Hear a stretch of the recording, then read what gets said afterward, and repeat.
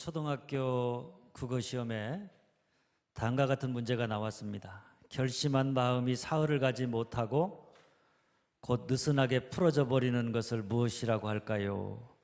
다음 네모 안에 들어갈 말을 쓰세요. 문제는 작 네모 3 네모였습니다. 답이 뭐죠? 작심 3일입니다. 그런데 어느 학생이 이렇게 적었다고 합니다.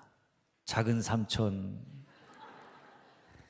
아마도 그 아이의 작은 삼촌이 늘 마음에 결심해 놓고 그것이 3일을 가지 못하고 느슨해지는 것을 보았던 모양입니다. 그런데 아이의 작은 삼촌만이 아니라 사실은 우리 모두가 마음에 결심하지만 그 결심한 대로 이루어가는 것은 아닙니다. 예수님의 제자들도 그랬습니다.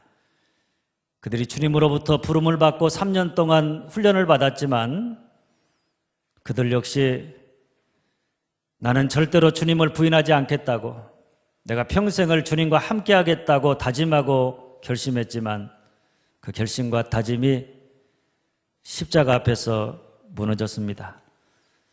그 후에 부활의 주님이 나타나셔서 다시 그들에게 하나님 나라의 꿈을 보이셨고 그들 역시 다시 하나님 나라의 꿈을 품고 마가의 다락방에 모여서 저녁 기도에 힘쓰므로 새로운 교회 공동체를 시작했지만은 그러나 그들의 시작이 이전에 그들의 모습처럼 작심삼일이 되지 말라는 법이 없었습니다.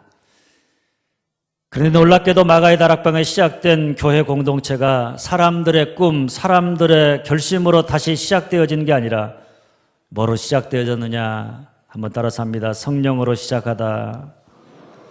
성령으로 시작하다. 성령으로 시작되었음을 분명히 하고 있습니다.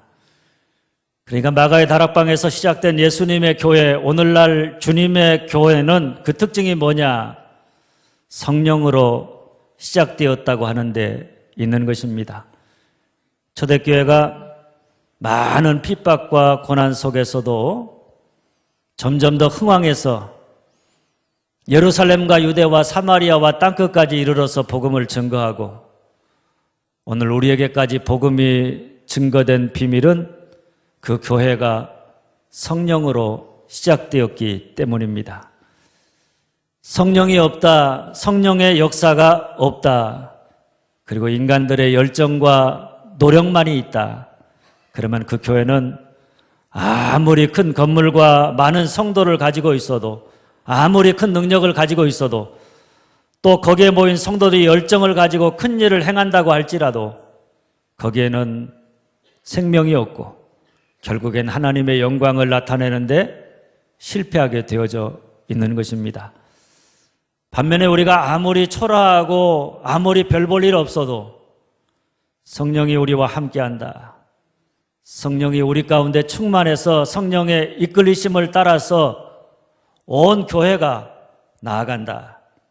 그러면 그 교회는 생명 있는 교회예요. 모든 역경과 고난을 이기고 끝내 하나님의 뜻을 이루는 승리하는 교회와 성도가 되는 줄 믿으시기를 바랍니다.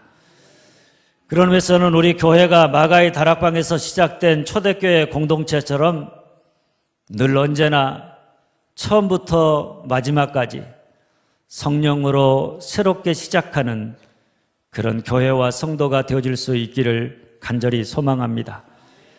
그렇다면 교회가 성령으로 시작한다는 것은 뭐냐? 첫째 따라서 합니다. 성령이 아니면 성공할 수 없다. 성령이 아니면 성공할 수 없다. 1절 전반절입니다. 오순절 날이 이미 이름에 성령이 임하신 날이 언제인가 하면 오순절 날입니다. 오순절 날이 될 때까지 기다렸다가 오순절 날이 이르게 되자 그때 성령이 120명이 모인 마가의 다락방에 임하셔서 거기에 모인 제자들 한 사람 한 사람을 성령으로 충만케 하셨습니다. 오순절은 유대 절기로 원래 첫 수확한 밀을 바치는 맥주 감사절이었습니다. 그런데 유대 랍비들은 하나님이 시내산에서 모세를 통해서 율법을 내려준 일과 이 절기를 연관지었습니다. 그래서 사도행전의 배경이 되는 주 90년경에는 오순절 날이 첫 수확을 하나님께 드리는 맥추절로서의 의미보다는 모세가 시내산에서 율법을 받을 날로서 더욱 중요하게 받아들였습니다. 그러니까 오순절 날에 성령이 강림하셨다고 하는 것은 성령과 율법, 곧 하나님의 말씀이 밀접하게 연관되어져 있다는 사실을 말해주는 것입니다. 율법은 여러분이 잘 아는 것처럼 출애굽한 이스라엘 백성들이 하나님의 백성으로서 어떻게 살아야 되는지, 하나님의 백성다운 삶이 무엇인지를 가르쳐주는 말씀입니다. 그래서 구약이나 신약이나 이스라엘 백성들은 율법을 의지하며 살았고 율법대로 살아보려고 노력했습니다. 예수님 당시에도 많은 유대인들이 율법을 하나하나 조문을 만들어서 율법을 지키기 위해서 수없이 노력하면서 살았습니다. 그런데 그럼에도 불구하고 그런 그들의 열정과 노력, 의지에도 불구하고 그 결과는 항상 뭐였느냐? 실패했습니다. 말씀대로 살지를 못했다는 것입니다. 우리가 우리의 힘과 노력으로 율법을 지키고자 하지만 절대로 율법을 지킬 수 없다. 하나님의 말씀을 따라서 온전하게 순종할 수 없다는 사실을 가장 잘 보여주는 말씀이 로마서 7장 22절, 24절의 바울의 탄식입니다. 내 속사람으로는 하나님의 법을 즐거워하되 내 지체 속에서 한 다른 법이 내 마음의 법과 싸워 내 지체 속에 있는 죄의 법으로 나를 사로잡는 것을 보는도다. 오호라 나는 곤고한 사람이로다. 이 사망의 몸에서 누가 나를 건져내랴. 속사람으로는 하나님의 법을 즐거워합니다. 말씀을 듣는 것을 좋아하고 말씀을 들으면 굉장히 기뻐하고 즐거워합니다. 또 그 마음속에 말씀대로 살고 싶은 그런 마음도 있습니다. 그런데 현실은 어떠하냐? 죄의 법으로 나를 사로잡는다. 말씀대로 살지 못하고 여전히 죄 가운데 살아가고 있는 우리의 모습을 보게 된다는 것입니다. 그런 나의 모습을 내가 바라볼 때마다 절망하고 낙심하게 됩니다. 그래서 이렇게 말합니다. 오호라 나는 곤고한 사람이로다. 곤고하다는 것은 거기에 폭탄이 터져서 쓸만한 것이 하나도 없다. 이런 표현입니다. 그런데 그런 우리를 향해서 로마서 8장 3절 4절은 이렇게 선언합니다. 율법이 육신으로 말미암아 연약하여 할 수 없는 그것을 하나님은 하시나니 그 영을 따라 행하는 우리에게 율법의 요구가 이루어지게 하려 하심이니라. 하나님이 하신다는 것입니다. 우리가 육신이 연약해서 하나님 말씀대로 살 수 없습니다. 그래서 너무나 많은 사람들이 우리가 연약해서 말씀대로 산다는 건 불가능하다고 이야기합니다. 맞는 말입니다. 그러나 내가 아니라 성령이 임하셔서 우리가 성령 충만해서 성령의 이끄심을 따라 살아간다. 그러면 성령이 우리 안에서 율법의 요구가 이루어지게 하신다. 하나님 말씀대로 순종할 수 있도록 역사하신다. 이런 말씀입니다. 할렐루야. 그러니 오순절날에 성령이 임하셨다는 것은 늘 하나님 말씀 앞에서 그 말씀대로 살지 못하는 내 자신을 보면서 좌절하고 절망하는 우리에게 우리가 내가 아니라 성령으로 충만케 되면 말씀 따라 살 수 있다. 우리의 삶을 통해서 하나님의 영광, 하나님의 말씀을 드러내며 살아갈 수 있다. 이런 새로운 희망을 주는 말씀인 줄 믿으시기를 바랍니다. 그뿐 아닙니다. 오순절날에 성령이 임하셨다고 하는 것은 주님이 부활하신 다음에 제자들에게 주신 하나님 나라의 꿈과 사명도, 새롭게 시작된 교회 공동체도 그들이 성령으로 시작하지 않으면 실패할 수밖에 없다. 이 사실을 분명히 하고 있는 것입니다. 그러므로 오늘 우리가 주님이 주신 꿈과 사명을 이루려면 우리 교회와 우리의 삶을 통해서 하나님의 영광을 드러내는 삶을 살아가려면 내가 아니라 성령으로 시작해야 하는 줄 믿으시기를 바랍니다.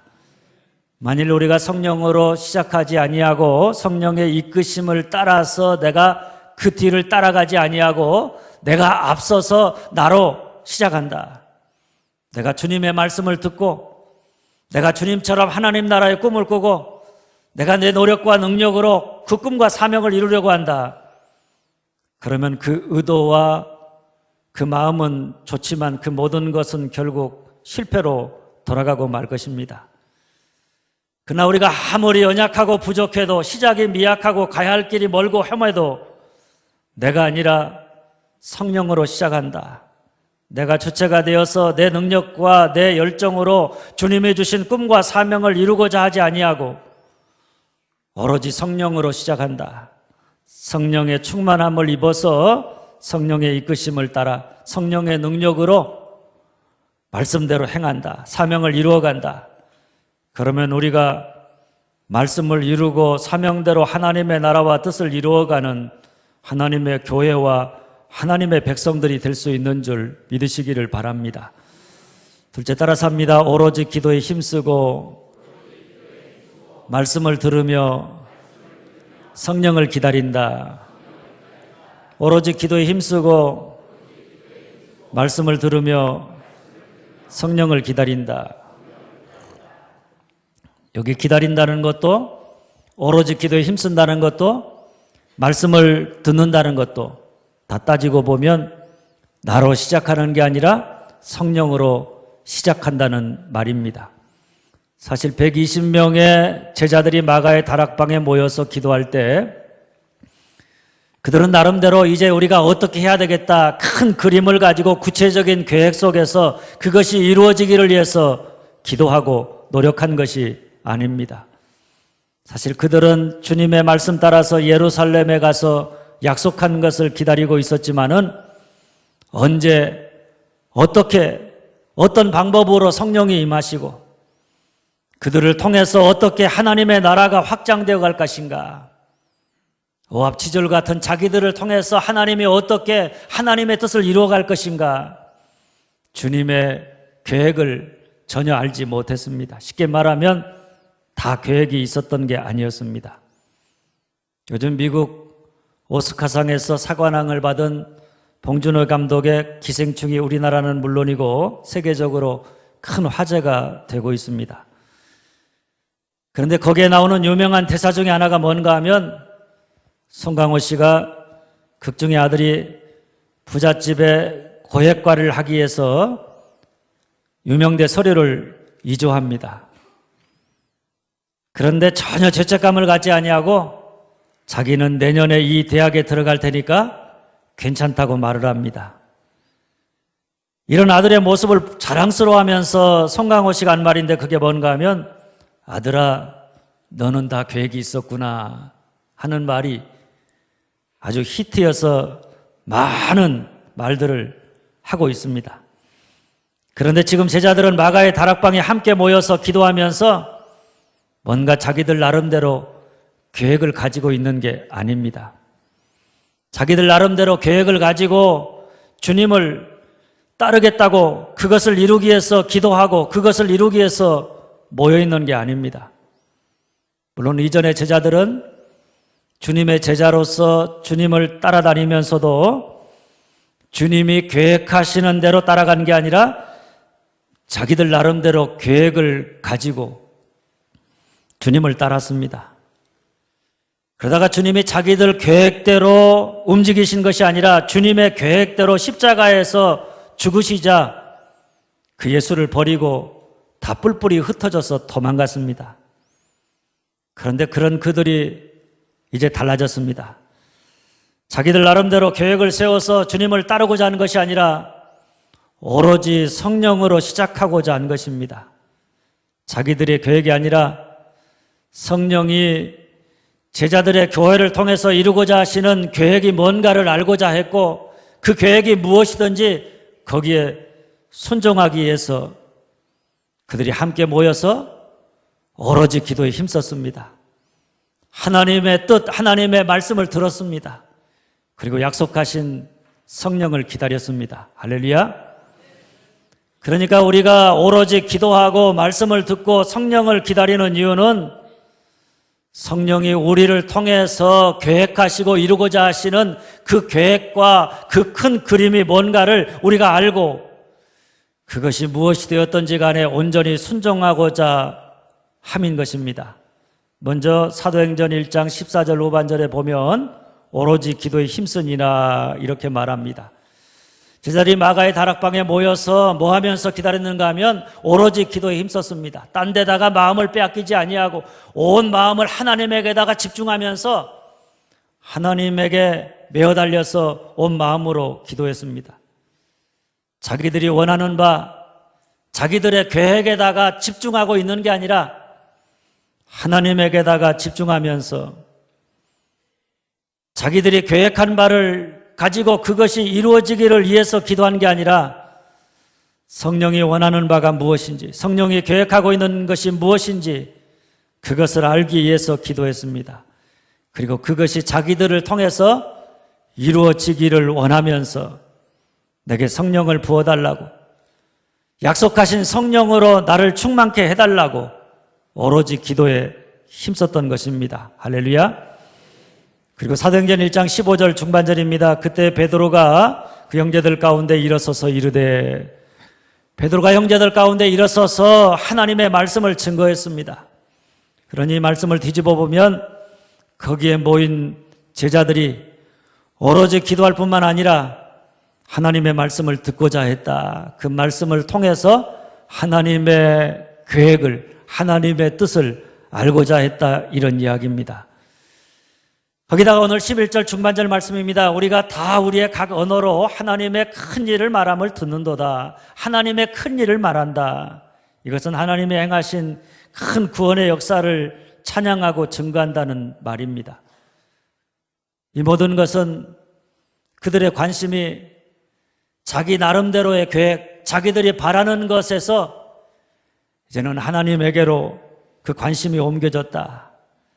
자기가 행한 일을 자랑하던 그들이 이제는 하나님이 행하시는 일들, 오늘 우리 가운데 행하실 일들을 바라보면서 그것을 찬양하는 자가 되었다. 이런 말씀입니다.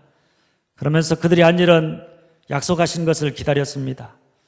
언제 어떤 방법으로 약속하신 성령이 임하실지 모릅니다. 그런데도 그들은 기도하고 말씀을 들으면서 약속하신 성령이 임하시기를 기다렸습니다. 내 힘과 내 능력으로 안 된다고, 성령의 도움이 없이는 내가 하나님의 말씀대로 살 수가 없다고, 성령의 도우심이 없이는 내게 맡기신 사명을 감당할 수 없다고, 주님이 교회를 통해서 이루고자 하시는 그 꿈을 이룰 수가 없다고, 이제는 더 이상 내가 주체가 되어 내가 계획을 세우고 내가 이루어가는 삶을 살지 않겠다고 약속하신 성령을 기다리되 오로지 기도에 힘쓰면서 말씀을 들으면서 기다렸습니다.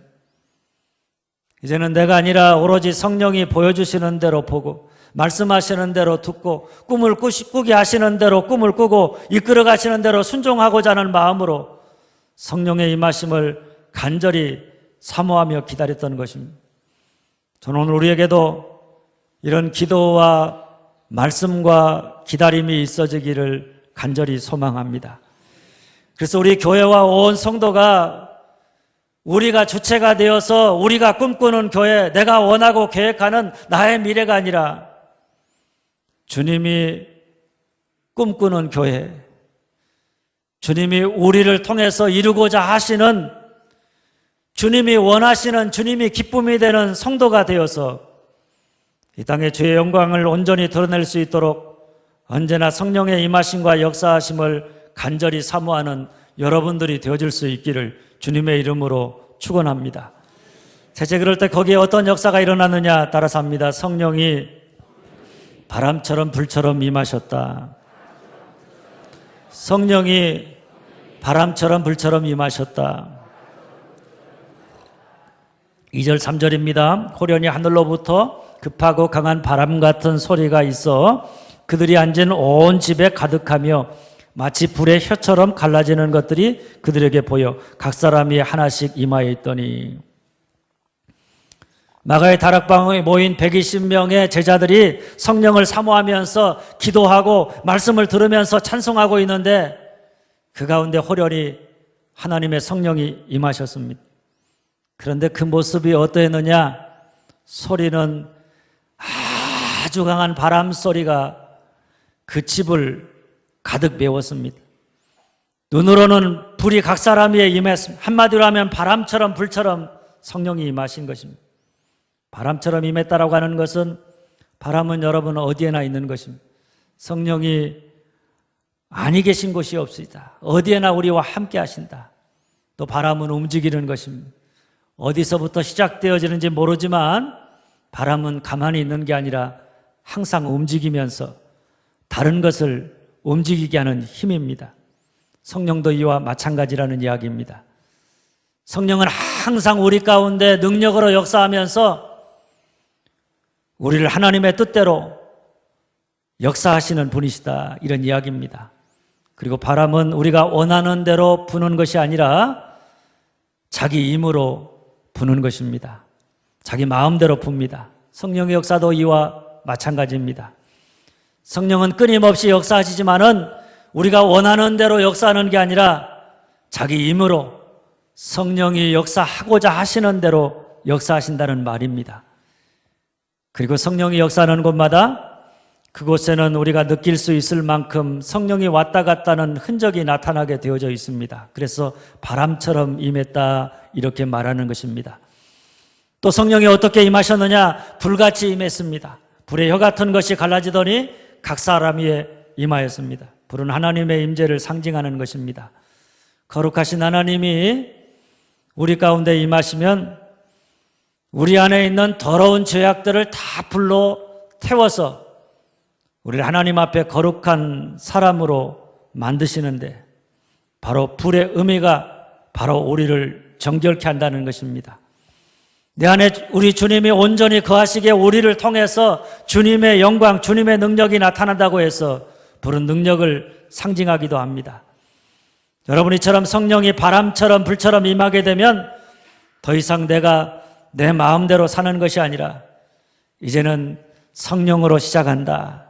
성령의 임하심과 이끄심을 따라서 살아가게 될 것이고 우리 안에 있는 모든 더러운 죄악들을 다 불태워버려서 정결케 할 것이고 주님의 능력이 우리를 통해 나타나되 바람처럼 큰 능력으로 세상을 움직이는 힘으로 나타나게 될 줄 믿으시기를 바랍니다. 그러니 오늘 우리가 내가 아니라 성령으로 시작하려면 우리가 기도하되 항상 무엇을 위해 기도하느냐? 우리가 모일 때마다 한번 따라서 합니다. 성령님, 바람처럼 불처럼 우리에게 임하시옵소서. 성령님, 바람처럼 불처럼 우리에게 임하시옵소서. 모일 때마다 우리가 간절한 마음으로 기도해야 될 것은 내가 모인 이곳에 성령님, 바람처럼 불처럼 우리 가운데 임하여 주시옵소서. 우리가 늘 성령을 기다리면서 기도하는 자가 되어야 될 줄로 믿습니다. 대체 그러고 나니까 따라서 합니다. 말이 통한다. 담대히 복음을 전한다. 말이 통한다. 담대히 복음을 전한다. 8절 후반절 11절입니다. 우리 각 사람이 난 곳 방언으로 듣게 되니 어찌 됨이냐? 우리가 다 우리의 각 언어로 하나님의 큰 일을 말함을 듣는도다. 여기 말하는 방언은 성령의 은사로서의 방언이 아니라 지역의 언어입니다. 성령이 임하니까 어떤 역사가 나타나는가 하면 말이 통했습니다. 저는 한국말로 설교하는데 거기에 모인 중국 사람은 중국어로 그 말을 듣고 미국 사람은 미국말로 듣고 그리고 일본 사람은 일본말로 듣고 러시아 사람은 러시아말로 알아듣는 기적 같은 일들이 일어나게 된 것입니다. 이처럼 말이 통했다고 하는 것은 어떤 면에 생각해 보면 서로 다른 사람들이 하나가 되었다. 서로 멀리 있던 자들이 가까워졌다, 이런 의미입니다. 사실 말이 통하지 않으면 그 사람 만나면 참 깝깝합니다. 아무리 오랫동안 같이 있어도 하나가 될 수 없고 그저 말이 통하지 않으면 매일 우리가 더불어 싸우게 되어져 있습니다. 그런데 성령이 바람처럼 불처럼 임하고 나니까 말이 통하지 않아서 답답하던 사람도 다 이해가 되고 서로 말이 통하게 되어서 하나 되는 역사가 일어나게 된 줄 믿으시기를 바랍니다. 사실 교회가 하나 되는 때는 딱 하나, 우리 모두가 성령으로 충만케 될 때입니다.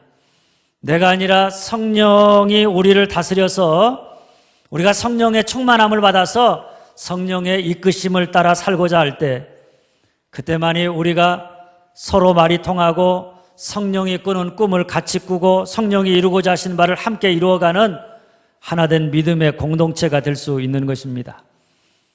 만일 교회가 성령이 아닌 다른 무엇으로 하나됨을 이루려고 한다.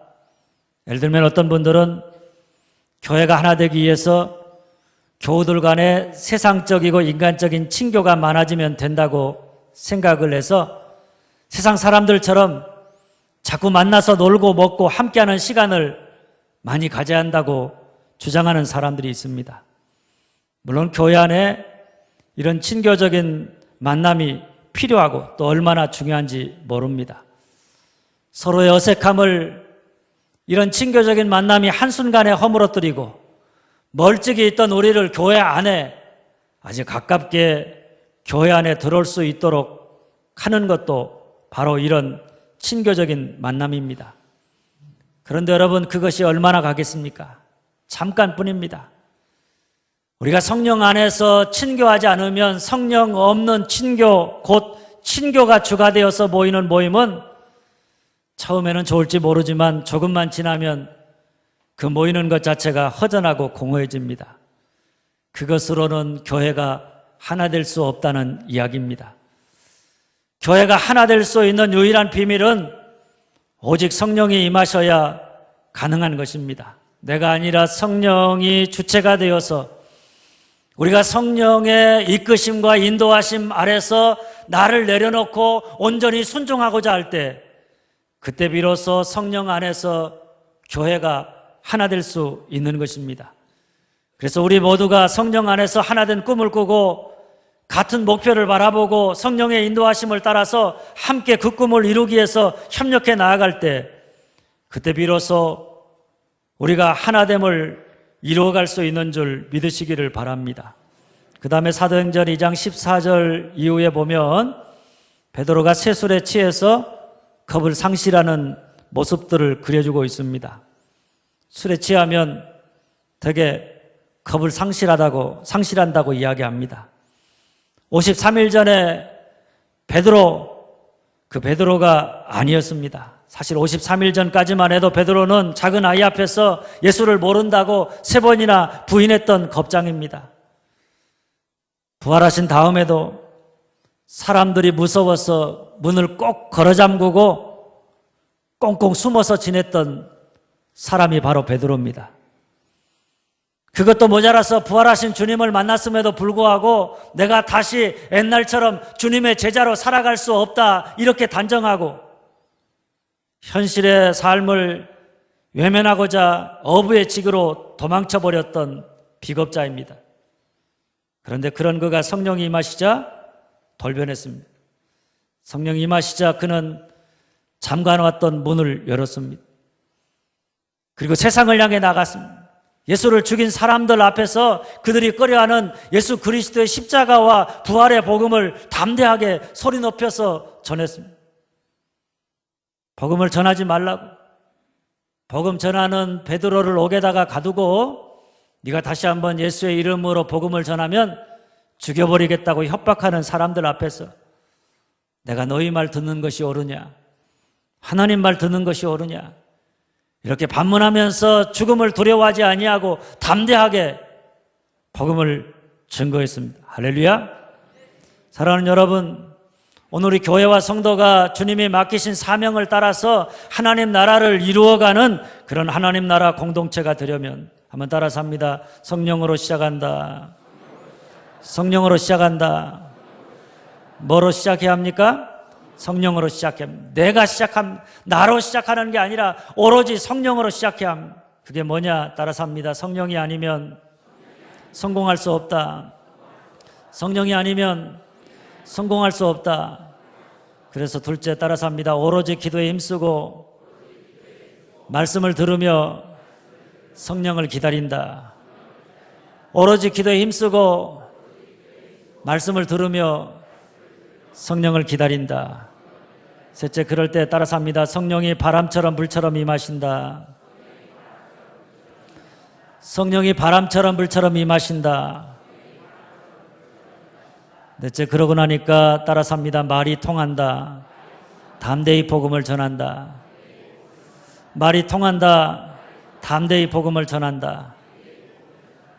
바라기는 오늘 우리 교회와 성도가 언제나 성령으로 시작하되 성령이 아니면 성공할 수 없음을 알고 오로지 기도에 힘쓰며 말씀을 들으며 성령을 기다리되 모일 때마다 성령이 바람처럼 불처럼 임하셔서 온 성도가 성령 안에서 하나 되어서 담대하게 세상을 향해 복음을 증거하고 주의 영광을 나타냄으로 이 땅에 하나님의 나라와 뜻을 이루어가는 아름다운 하나님 나라 공동체와 성도가 되어질 수 있기를 주님의 이름으로 축원합니다.